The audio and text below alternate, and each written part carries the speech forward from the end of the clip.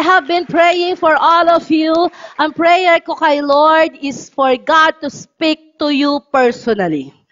Ang panalangin ko sa Panginoon, ngayon as we are hearing the Word of God, it's not me that you are hearing, but it is the Lord through me. Amen. And our topic this afternoon is so special. Sabi mo sa katabi mo, katulad natin, is special. Yan, sige. And our topic this afternoon is all about love. Oh, di ba? Love. At ito ay pinamagatan kong love, todo max. Todo na, max pa. Sino yung gusto ng ganyang pag-ibig? Oy, sino dito ang gusto ng ganyang pag-ibig? Di ba? Yung pang love na love, kung ikaw ang recipient, love na love, todo na, maximum pa, di ba? Bago tayo magpunta sa topic natin, syempre mag-interview muna tayo ng mga ano dyan, di ba? Pag sinabi natin pag-ibig, syempre lahat tayo ay nakaranas ng pag-ibig. Oh, wait lang. Sino dito ang na-in love na?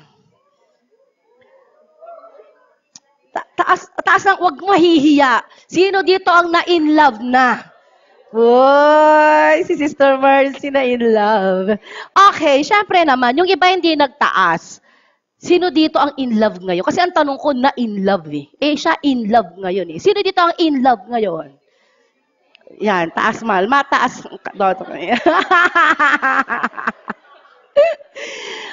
Oh, nako, ang sarap ma-in love. Diba? Sino dito talaga yung naranasan mong ma-in love ka? Diba kapag ka talagang in love ka, talagang, ang sarap talaga ng feeling. Naalala ko dati talaga, bago ako matulog, talagang nagpipicture out pa ako nung taong mahal na mahal ko eh. Para siyang may picture na nakabalandra bago ako matulog. Talagang nasa isip ko yung itsura niya nung huli kaming nagkita. Yung mga huling salita niya, wala pang text nung kasi eh, usap-usap lang. Di ba, tita? Long distance. I mean, telephone lang. As in, umiikot. Ang telephone namin dati, hindi pinipindot, iniikot. Ayan. So, naalala ko noon talaga, sobrang ang sarap ma-in love. Di ba? And alam nyo ba, isa sa pinaka-memorable na nangyari sa buhay ko, ay nung nagpakasal ako sa taong in love ako. Oy, prayer ko, maranasan nyo to, Yung talagang ikakasal ka talaga, tapos yung talagang nag-walk-in dahil ka na, talagang in love na. Kasi talaga ako, nung kinasal ako, sobrang in love ako sa asawa ko, na parang na-starstruck ako. Kakasal na ba ako? So, ganyan ako siya ba ang pakakasalan ko? Ay, for your information, napakagwapo ni Pastor. Way back 24 years. Kagwapo talaga ni Pastor. Talagang sobrang gwapo niya. Nako. Ang laki ng katawan niya. As in, macho-macho, gwapito siya. Tapos, ang kinis-kinis ng balat niya. Tapos, ang kinis. Tapos, ang bango-bango pa niya. Nako. Makita niyo lang. Alam niyo ba, habang naglalakad kaming ganyan, din syempre, in love ka, di ba? Tuwan-tuwa ka. Tapos that time na hinatid ako ng tatay at nanay ko, tapos ibinigay na ako sa kanya. Sabi ko, nako, this is it. Ikakasal na talaga ako, di ba? Lalo na nung nagpangakuan na kami. Naku, the best talaga, di ba? Yung talaga nung nagpangakuan kami, nung sinabi niyang, for better or for worse, in richer and for poorer. Ito matindi till death do us part. Mga pangakong binitawan ng asawa ko sa akin at binitawan ko rin sa kanya. So for you, may tatanong ako sa inyo, ilan sa inyo, magsabi kayo ng katotohanan para sa inyo, ano ang pag-ibig? David Montaño, what is love? Baby, what is love? Ano mahal? Love is God. Oh, 'di ba? General. 'Di ba? Safe. Dito naman tayo. Ano ang pangalan nito? Lady in Pink. Ayan. Jika, ito, ano to? Matalinong tao to. Sige, Jika, what is love? Wow! Perfect love cast out fear. Ito matindi. Woman of wisdom. Sister Mercy Haiko. Sister Mercy, ano ang pag-ibig para sa'yo? Sister Mercy, come on. Wow, di ba? Woo, Sister Mersa, love is God. Ayan. Siyempre, lahat tayo may kanya-kanyang definition ng love. Pero you want to know the perfect love? You want to know love at its best? Let's go to the Word of God. Okay, so buksan natin ang ating mga Bible sa John chapter 15, verse 13. Ang sabi ng scripture natin, greater love has no one than this, than He laid down His life for His friends. Ibig sabihin niyan daw, no greater love. So that is the greatest love of all. Ha? The greatest love of all. Wala na daw hihigit pa sa pag-ibig na ibinigay ang kanyang sariling buhay para sa kanyang mga kaibigan. And we know who is it that the Bible is talking about in this verse. Tama po ba? Ito ay ang ating Panginoong Hesukristo na nabayubay sa krus ng Kalbaryo. Yun po ang pinaka-highest expression of love. It's giving of oneself for your loved ones. And alam nyo ba, mga kapatid, na isa tayo sa recipient ng pag-ibig ng Panginoong iyon. We have all received the greatest love of all. Kaya yung sabi mo sa katabi mo, ngiti na. Ha? Sabi mo sa katabi mo, ngiti na. Sister, brother, we have received the greatest love of all. Kasi sabi dyan, no greater love than this di ba?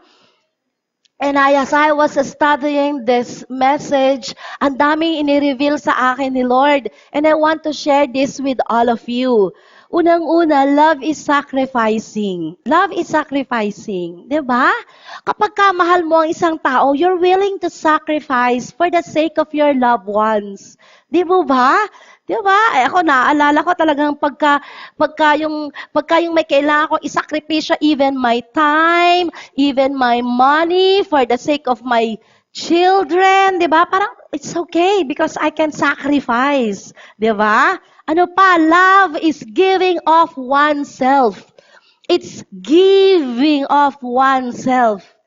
If you are in love, it's that feeling, that moment, that decision, that particular love is not for you alone, but it's for those people whom you love. And love calls everybody friends, including those who have hurt you and betrayed you. Ayan, medyo malalim na yan, di ba?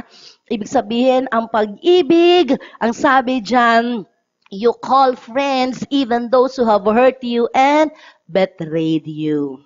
And of course, love is not an emotion. It is a decision and an action. Ha, mga kapatid? It is not, because an emotion, very unstable. Ngayon, gusto mo, ngayon, mahal mo, mamaya hindi na. Walang basis. Diba? Yung bang tipong nasa peak ng kagwapuhan niya, mahal na mahal mo, sa peak ng kagandahan niya, mahal mo. E paano kung medyo nakiratang mata? Diba? Kunyari, nagustuhan mo siya dahil sa kanyang tantalizing eyes, nadapa. Pagdapa, nakiratang mata. Sabihin, hindi mo na siya love. What if kung ang gustong-gusto mo talaga sa kanya, sa kanyang pointed nose? Ang gwapo niya, ang taos talaga ng ilong. Nung nalaman mo, nadiscover mo, nagpa-nose lift lang pala.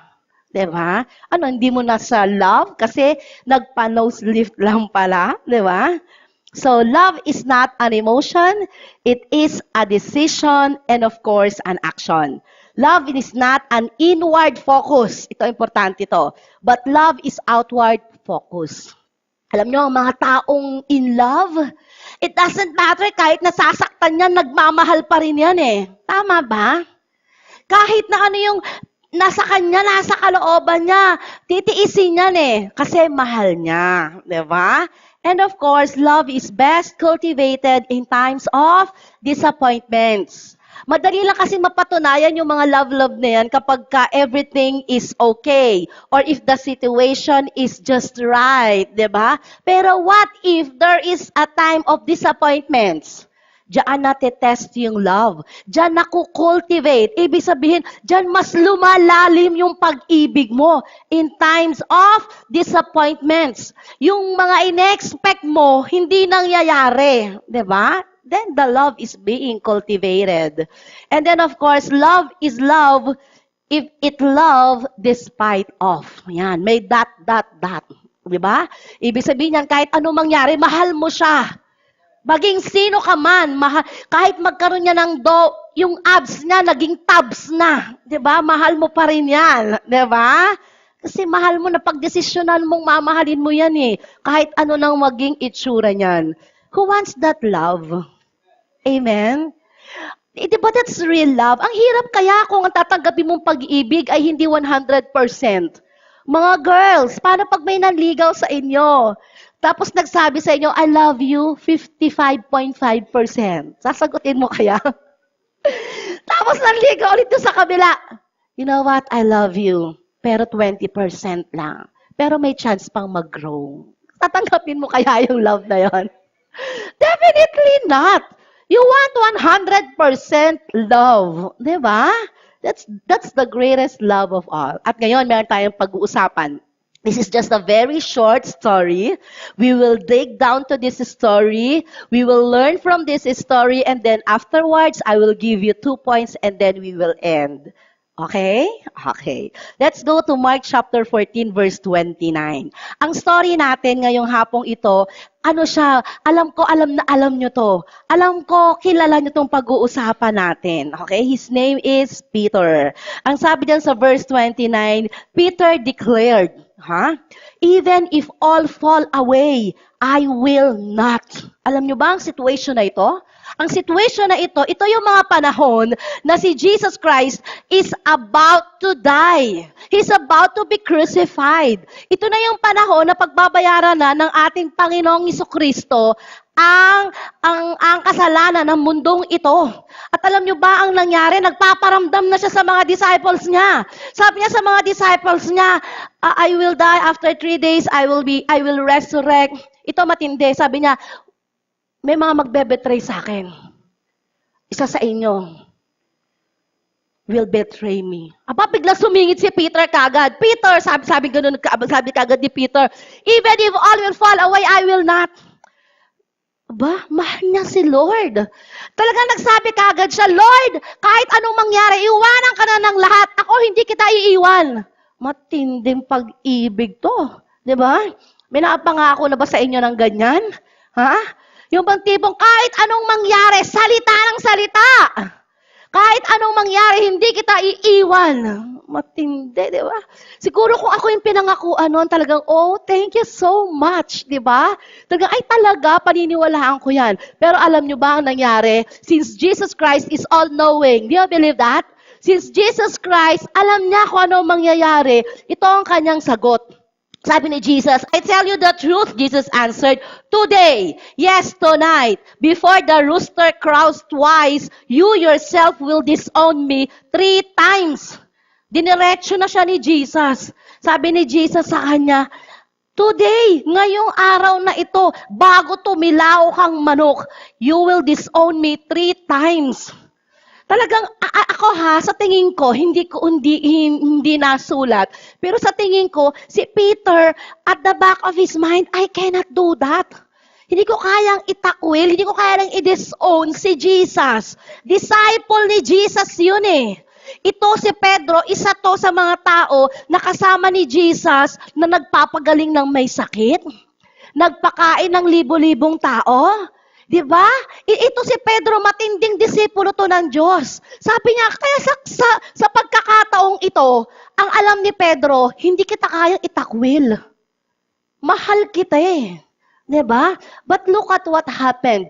In the same chapter, nasa verse 30 tayo, just a little farther verse, in verse 66 and 68, ang sabi dito, while Peter was below in the courtyard, one of the servant girls of the high priest came by. When she saw Peter warming himself, she looked at him closely. You also were with that Nazarene Jesus, she said, but he denied it. I don't know or understand what you're talking about, he said, and went out into the entryway. Alam nyo ba, hindi pa natatapos ang chapter na yun. Totoo yung sabi ni Jesus, ngayong araw na ito. Alam nyo ba ang nangyari? Ganitong senaryo mga kapatid. Siyempre, disciple ni Jesus yan, kasama niya yan. Di ba? Naglalakad sila. Ayan na, may mga nanguhuli na kay Jesus. Inaresto na si Jesus. Anong naging reaction ng kanyang mga disciples? Isa-isa silang lumayo kay Jesus. Isa-isa silang hindi nagpa-identify na kasama nila si Jesus. Nararamdaman nyo ba yung nararamdaman ni Jesus during this time? Yung bang tipong alam mo, sa oras na kailangan mo yung mga taong kaibigan mo, yung mga disciples mo, sa oras ng kagipitan, sa oras ng kahirapan, iiwan ka nila. And this is what happened to Peter. Anong nangyari? Kasi lumalayo siya ng lumalayo sa Panginoong Jesucristo. Anong nangyari? Palala ng palala ang buhay ng taong palayo ng palayo sa Diyos. Ganon kasi ang nangyari kay Peter eh. Alam nyo, nangyari nung napalayo siya sa Panginoong Jesucristo, hindi niya sinamahan si Jesus eh. Alam nyo ang nangyari? Patuloy siyang nagkasala. Nagsinungaling na siya. I don't know what else sins he have committed. Of course, his heart was hardened during this time. And I don't know kung ano pa yung mga ibang kasalanan na nagawa niya. Isa lang ang nasulat, nagsinungaling siya. Mga kapatid, kapag tayo ay lumayo ng lumayo sa presensya ng Diyos, palapit tayo ng palapit sa kasalanan. Amen? So sabi mo sa katabi mo, huwag kang lalayo. Diyan na po lang yung story ni Peter at ni Jesus. In the book of Mark, diyan natapos yung tagpo ni Jesus Christ at ni Peter. So pag hindi natin tinuloy ang kwento, parang, ay, ano na nangyari? 'Di ba? Wala na. Pero alam niyo may kasunod yan. May kasunod yan na matatagpuan sa John chapter 21. So natapos na, naipako na ang Panginoong Jesus. Jesus Christ died and after 3 days, He rose again. Itong pagkakataon na ito, itong tagpo na ito, nabuhay na magmuli ang Panginoong Jesus. Listen, ang mission ni Jesus Christ dito sa mundo is to die. And after that, it's finished. Actually, nung namatay na ang Panginoong Jesus, pwede na siya ulit umakyat sa langit. Tama po ba? Tapos na eh. It is finished na nga, sabi niya eh, di ba? But you know what happened? Jesus chose to stay. Jesus chose to stay because He wants to reach out His disciples once again. Jesus chose to stay because He wants to fix broken relationships that He had with His disciples. Alam niyo ba mga kapatid, nagstay si Jesus Christ sa earth, nagpakita siya sa 12 niya, sa 144 niya, and even to more people, 100 people. Pinatunayan ni Jesus Christ that it is He, God, who rose again from the dead. At inayos niya yung relationship niya kay Peter. Look at what happened. I'm going out to fish, Simon Peter told them, and they said, we'll go with you. So they went out and got into the boat, but that night they caught nothing. Alam niyo nangyari kay Pedro? Nung namatay na ang Panginoong Jesus, bumalik siya sa dati niyang buhay. Kasi ganito yun eh, dati siyang fisherman. But since Jesus Christ called him to become fishers of men, iniwan niya yung pagiging fisherman niya at naging discipler siya. Naging disciple of Jesus Christ siya. Nag-disciple siya ng mga tao. Nag-win siya. Nag-consolidate. Nag-disciple siya. Nung nawala na si Jesus Christ, anong ginawa niya? Nag-backslide. Bumalik sa dating buhay ng isda. At this time around, nagsama pa yung mga ibang disciples, imbis na naging mas matatag yung faith nila. Dahil na-aresos na patay na si Jesus, hindi eh. Ang nangyari, nakisama sila kay Pedro, sabay-sabay silang nangisda. Ha? At ano ang nangyari? Sabi ng verse 6, He called out to them. Sabi ni Jesus, friends! Wow! Nakita niyo yung word na ginamit ni Jesus? Friends. Ano yung binasa na keywords natin kanina? No greater love has no one than this, than He laid down His life for His friends. And alam nyo ba, tinawag ni Jesus Christ sila Peter na Friends, what is your reaction na ikaw, kung ikaw si Jesus Christ, itong mga tao na to, pinagkatiwalaan ko nito dinisciple ko to, iniwan ako, tapos ngayon magkikita kayo, tapos tatawagin mo silang friends. But that is what Jesus did. Tinawag pa rin niyang mga kaibigan, yung mga taong nagtakwil sa kanya. Ang sabi, haven't you caught any fish? Sabi ni Jesus, no, they answered. He said, throw your nets on the right side of the boat. Ang sabi, and you will find some. Then they did, and they were unable to hold the net in because of the large number of fish. Alam nyo ang nangyari? Sabi ni Jesus, throw the nets on the right side, sabi, and then you will find some. Sabi ganon. Ginawa ng mga disciples yun. Alam nyo ba nung nakahuli yung mga disciples? Grabe, nag-flashback sa utak nila. Sabi ng verse 7, it is the Lord. They fished all night and haven't caught any. They've worked all night and haven't caught any fish. But when the Lord said, cast out the nets on the right side, ano nangyari? Sobrang dami daw ng nahuli nila. That their nets began to break na nga daw sa sobrang dami ng huli. Then they realized it is the Lord. Alam nyo nangyari, as soon as Simon Peter heard him say it's the Lord, he wrapped his outer garments around him and jumped into the water. Nung nalaman ni Jesus Christ, oo nga, ito nga si Jesus. Nung nalaman ni Pedro, ito nga si Jesus. Siya nga si Jesus, it is the Lord. Alam nyo, ginawa niya, tumalon talaga sa boat. Wala pa sa pangpang Nauna siya, pinuntahan niya kagad si Jesus. Ang reaction niya is parang extreme nga Kung ako si Pedro, mahihiya akong humarap sa Diyos di ba? Parang nakakahiya naman. Siya ba talaga si Jesus? Siya talaga. Ayoko, nahihiya ako. Hindi ko alam paano ako haharap sa Kanya. Tama ba? Tama. Di ba? Siyempre, alam mong tinakwil mo siya. Alam mong dininay mo yan 3 times. Tapos andyan na siya. Paano ka haharap? Pero alam nyo, si Peter, bumalik sa puso niya. Bumalik sa isipan niya, mahal ko to. It is the Lord. I love Jesus. Kaya kahit ano yung nakaraan niya, hinubad niya, nagpalit siya at tumalon sa boat. And then pumunta siya kay Jesus Christ.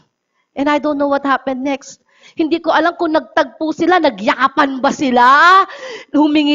Lumuhod ba si Peter? Humingi ba ng tawad kay Peter? Si Peter, hindi ko alam Kasi, ang nangyari na dito sa verse 7, ang sabi dito, sa verse 10, ang sabi dito, magkakasama na sila. Ang sabi ni Jesus said to them, bring some of your fish you have just caught. Simon Peter climbed aboard and dragged the net ashore. Alam nyo ba ang nahuli nila? It was full of large fish. At alam nyo ba, may number pa, 153. But even with so many, the net was not torn. Hindi ko alam po kung anong significance ng 153 na yan. Ang alam ko lang, pag naisulat sa Bible, ibig sabihin, importante. Okay? Well, maybe the Bible just want to prove to us that it is accurate. It really happened. Diba? So may number, ibig sabihin, binilang pa talaga nila, kung ilan yung fish na na-catch nila. Alam nyo, very touching yung verse 12. Ang sabi ng verse 12, Jesus said to them, come and have breakfast. Alam nyo, mga disciples na to, gutom na to Nang isda na to magdamag di ba? Tapos, syempre, gutom yan. Pagdating nila kay Jesus, sabi ni Jesus, come, let's have breakfast. None of the disciples dared to ask him, who are you? Because they knew that it was the Lord. Wala man lang nangahas na nagtanong sa kanila, sino ka ba? Kasi alam nila na ito si Jesus. Pambihira, brother, totoo na buhay siyang muli. Diba? Alam nyo, ang ginawa ni Jesus, pinaghahain sila. Grabe. Nung nakita niya yung disciple niya na nagtakwil sa kanya, nung nakita niya yung mga disciples niya na nang iwan sa ere sa kanya, alam nyo, ang unang ginawa ni Jesus Christ, nag-serve siya. Sabi ng Bible, luto na, inihain. Ibig sabihin, habang nangingisda pa lang sila Pedro, nang huli na ng isda si Jesus. Nagluto na, inihanda na ang lahat para sa kanyang mga mahal sa buhay, mga mahal niyang disipulo. Mga kapatid, alam niyo ba si Pedro? He denied Jesus Christ 3 times. 3 beses, itinakwil niya ang Panginoong Jesus. Isang tanong lang, ikaw sa buhay mo, naitakwil mo na ba ang Panginoong Jesus? At least 3 times. Have you disappointed God 3 times? Have you left Him 3 times? Honestly, ilang beses mo siyang iniwan sa ere? Ilang beses kanyang pinagkatiwalaan pero hindi mo ginawa yung pinapagawa niya sa'yo? Who have here that guts to say, me, I denied Him 3 times? Can you please raise your hands? Come on, be honest. God can see you. Alam ni Lord kung ano nasa puso niyo, nasa isip niyo. Thank you for your hands. You know what's this story? This story is not just about Peter. This story is about you and me. We all sin before the Lord. Tama po ba? We all, one way or another, have left Him. Tama po ba? May mga pagkakataon na iniwan natin ang Panginoon. Actually, maraming pagkakataon na tinalikuran nga natin siya eh. Tama ba? Pero alam nyo ba ang pinapakita ni Jesus dito? Inaantay niya yung pagkakataon na muling pagtatagpo nila ni Pedro. At nung nangyari yon, anong ginawa niya? Pinaghain niya si Pedro. Pinakain niya si Pedro. You know what? Hinahantay lang ng Panginoong Jesus yung muli ninyong pagtatagpo. Remember, hindi si Jesus ang pumunta kay Pedro. Si Pedro ang lumapit sa Panginoong Jesus. Just like us, we need to go. We need to draw ourselves to God. Amen? And I want you to know that this is the kind of God that we are serving. I want you to know that this is the kind of God that we are worshiping. Ito yung Diyos na pinagsisilbihan natin, mga kapatid. He has that deepest love for you and for me. He has that greatest love for you and for me. Na kahit ano man ang gawin mo, itakwil mo man siya, gagawa at gagawa siya ng paraan na kayo ay muling magkatagpo. At pag kayo ay nagkatagpo, you will experience that love of the Lord. That agape kind of love ng Panginoong Hesukristo. Alam niyo ang nangyari sa verse 5, verse 15 ng chapter 21? When they had finished eating, Jesus said to Simon Peter, Simon, son of John, do you truly love me more than this? Sabi ni Simon, ikaw ba naman ang pinakain? Diba? Sagot ni Simon, yes, Lord. He said, you know that I love you. Jesus said, feed my lambs. Oh, nagkakaroon na ng bumabalik na ulit yung dating pag-ibig nila sa isa't isa, di ba? And then again, Jesus said, Simon, son of John, do you truly love me? He said. Sabi naman ni Simon Peter, yes, Lord, you know that I love you. Sabi ni Jesus, take care of my sheep. Huh? But it doesn't end there. May isa pa ulit na tanong. Ang sabi dito sa verse 17, for the 3rd time, He said to him, Simon, son of John, do you love me? Ay, grabe. Iisang katanungan di ba? Mahal mo ba ako? Ang sabi ni Peter, Peter was hurt because Jesus asked him the 3rd time, do you love me? He said, Lord, you know all things. You know that I love you. Then Jesus said, feed my sheep. Hindi po kasi sila magkalangwahe Kaya pala tanong si Jesus kasi yung sinasagot ni Pedro, hindi yun ang inaantay ng Diyos We all know that there are different kinds of love. So meron tayong eros, yung erotic love, romantic love, meron ding phileo, okay, yung brotherly love, and then meron ding tinatawag na agape. Yun yung unconditional love. Parang ganito yung naging senaryo. Sabi ni Jesus, Peter, agapeo. Sabi ni Peter, God, Pileo. Sabi ni Jesus, Pedro, Peter, agapayo. Sagot na naman si Peter, Lord, Pileo. Sabi ni Jesus, that's not what I want to hear from you. I want to hear from you, agapeo. Kaya nung sinabi ni Christ, Peter, agapeo. Nung sumagot si Pedro, God, agapeo. Gusto ni love, yung love natin para sa Kanya, unconditional, 100%. Ang gusto ni Lord, yung surrendered life tayo sa Kanya. Amen po ba? Ang gusto ng Panginoon, hindi tayo half-hearted para sa Kanya. Ang gusto ng Panginoon, mahal natin siya ng buong buo. Hindi lang kung kailan may kailangan tayo, hindi lang kung kailan may free time ka, saka magpupunta sa Kanya at express mo yung love mo. No! Alam nyo kasi ganun ang sitwasyon ni Pedro eh. Alam nyo yung 2 times na tinas siya? Pileo love eh. Yun yung mahal kita Christ kasi you can do miracles eh. Yun yung mahal kita Christ kasi you can provide for everything that I need eh. Pero nung nahuli na si Jesus Christ, nagkaroon na lumabas na yung katotohanan. Nung nalaman ni Peter na nahuli na si Jesus Christ at wala nang magagawa si Jesus Christ, umiwas na siya. Iniwanan niya na. Pero ang sabi ni Jesus, I don't want that kind of love. I want an agape kind of love. Yun yung pag-ibig na hindi mang-iwan. Alam nyo, true enough, after this, lahat ng mga disciples, kahit ano pang persecutions ang dumaan sa buhay nila, nag-stand pa rin sila for God. Nag-stand pa rin sila for Jesus Christ. Actually, yung mga death nga nila, mga martyr death eh. Sinunog ng buhay, kinrusipay ng pabaliktad, pinaliguan ng kumukulong mantika, pinugutan ng ulo. Grabe ang mga pagkamatay ng mga martyr na to. Why? Kasi na-change yung heart nila. Na-change yung heart nila, yung pag-ibig nila sa Panginoon, naging solid, naging agape, naging 100%. At alam nyo, yun ang gusto ng Panginoon.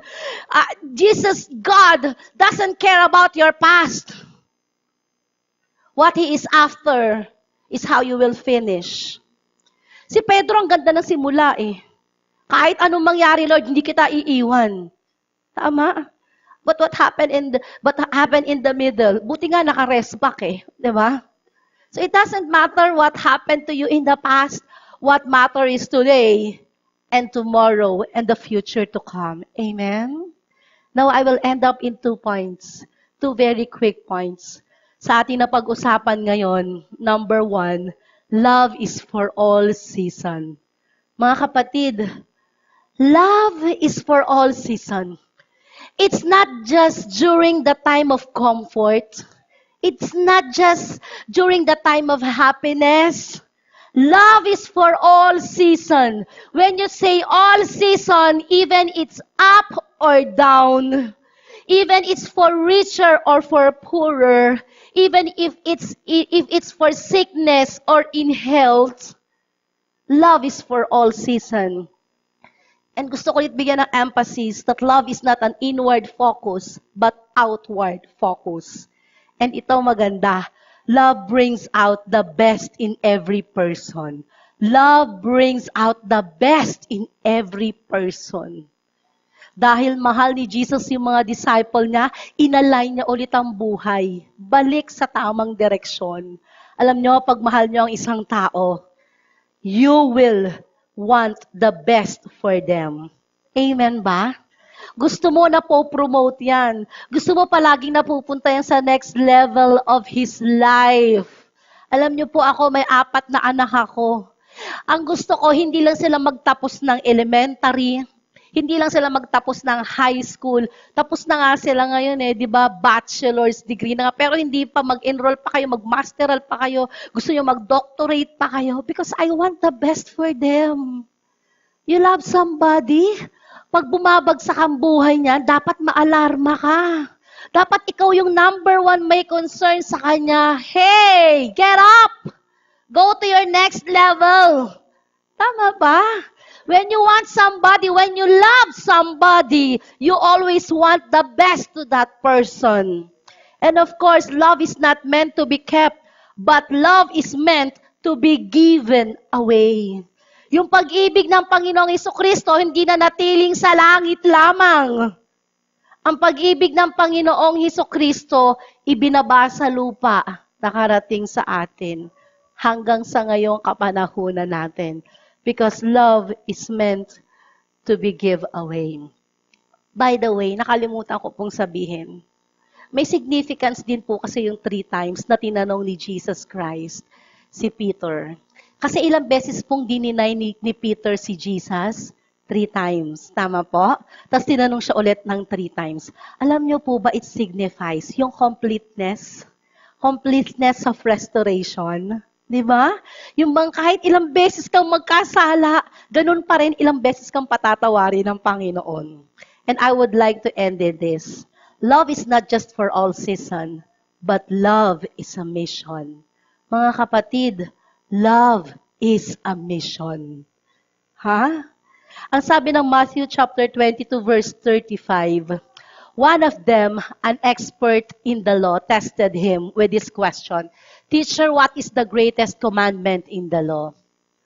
Jesus replied, love the Lord your God with all your heart, with all your mind, and with all your soul. And the second is like it, love your neighbor as you love yourself. Mga kapatid, love is on a mission. Minahal ka ng Panginoon, naranasan mo ang pag-ibig ng Panginoon, hindi lang yan para sa'yo. Hindi lang yan para sa'yo. Alam mo ba na nagmahal ka, minahal ka ng Panginoon, that is for a mission. What is the greatest love of all? To love God with all of our hearts, with all of our soul, and with all of our mind. Mga kapatid, may second, love your neighbor as you love yourself. Salvation is not only for you. Hindi ka niligtas ng Panginoon para sa sarili mo lang kaligtasan. Pinagpapala ka ng Panginoon, hindi lang para sa'yo. May iba kang kapwa. May mga kapatid ka. May mga kapitbahay ka. May mga tao sa labas. Dito lang. Lahat na makakasalubong mo dyan. They are your neighbors. Anong sabi ng Bible? Love your neighbor as you love yourself. True love is on a mission. It's not just all about you, me, myself. No. It's about you and God. It's about you and others. That is true love. That is love todo max. That is love at its best. Alam niyo mga kapatid, kung ganitong klase ang pag-ibig natin, linggo-linggo puno itong simbahan natin. Amen? Yung goal natin, breaking 1,000 this year, ay, next month kaya natin gawin yun sa tulong ng Panginoon. Tama ba? Because we know that we are on a mission. Because we want to fulfill the greatest commandment of God. God is calling you today. Fulfill the greatest commandment. Show to God how much you love Him. By loving Him with all of your heart, mind, and soul. And after that, loving your neighbor as you love yourself. As I'm speaking to you right now, hindi ko po alam kung anong sitwasyon ng buhay mo. Maybe you are in that point of desperation. Maybe you are right now at the bottom rock of your life. Maybe you are right now sinning before the Lord. Maybe you are right now at the point of, turning your back from the Lord. But I want you to know, and I want you to hear, that God is reaching out to you. I want you to know, and I want you to hear, that God loves you. Agapeo, grabe. Kaya kung sabihin ng Panginoon sa'yo, mahal kita, unconditionally. What is your response? Yes, Lord, Pireo! Babalikan ka ulit ni Lord. Because He wants that agape love. He wants that 100% love from you. Because He loves you 100%. And God wants to restore you right now. God wants, gusto na, alam niyo ba yung mga sitwasyon ng buhay natin? Megaphone ni Lord yan eh. Ha? Yan yung megaphone ni Lord sa buhay mo. He wants to catch your attention. He wants you. He wants you. He wants to commune with you. Kasi minsan masyado na tayong abala sa mundong ito eh. Di ba? Pero binibigyan tayo ng Diyos ng mga sitwasyon para bumalik tayo sa Kanya. Amen? Kaya kung ano ka sa sitwasyon na yun, ngiti ka lang. Ngiti. May ginagawa ang Diyos sa buhay mo. Diba? Yung mga namang problema dito, ngiti lang. Ngiti. May ginagawa ang Diyos sa buhay mo. Nagluluto na ng fish. Inaantay ang pagbabalik mo. Paghahain ka na niya. Ha? Bubusugin ka na niya. Po-provide na lahat ng pangangailangan. Amen? We will once again be secured in the presence of the Lord. Amen? We will once again experience the miracles of God. Amen? We will once again have that fellowship with God. Amen? Amen? Shall we all rise, mga